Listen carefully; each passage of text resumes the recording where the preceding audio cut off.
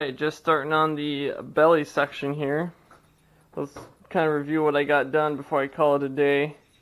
Cut out the rectangular sheeting for the belly pan. I cut the square tubing for the framework, but also acting as the exhaust gas channels. Kind of like what the Sherp does, right? It uses the framework to actually divert and channel the exhaust gases to inflate and deflate the tire. But also acting as a, they call it pneumocirculation, right? So that your tire pressures kind of equalize, I guess, throughout the whole vehicle. I'm not sure, but let's roll with it. So really you just gotta hole saw a bunch of holes here, which I use the mag drill to do that, but of course if you have a drill press that works too. Really you got I got 5 holes on one side and 4 holes on the other.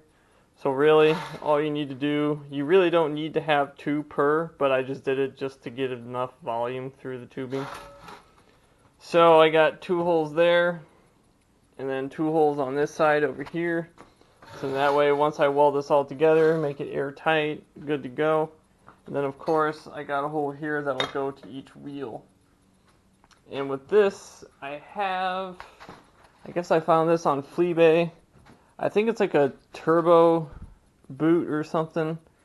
I don't know. It's just a piece of silicone formed hosing here. It's kind of nice, and they're only like $1 a piece on eBay. There's Army surplus.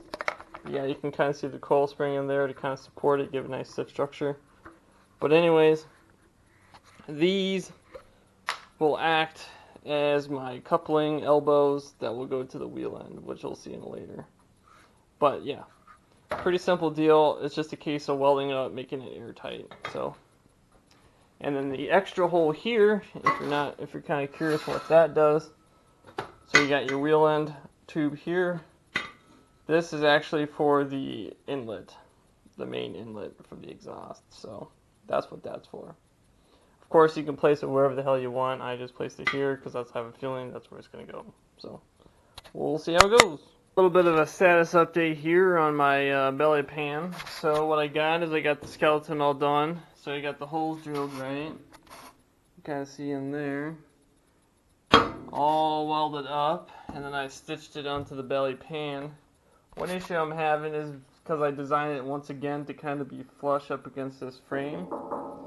Unfortunately, there's quite a bit of a gap. So what I'm going to do is I can't take any material off the tube, because that sets my distance from my bolt holes that lines up the front and the rear modules.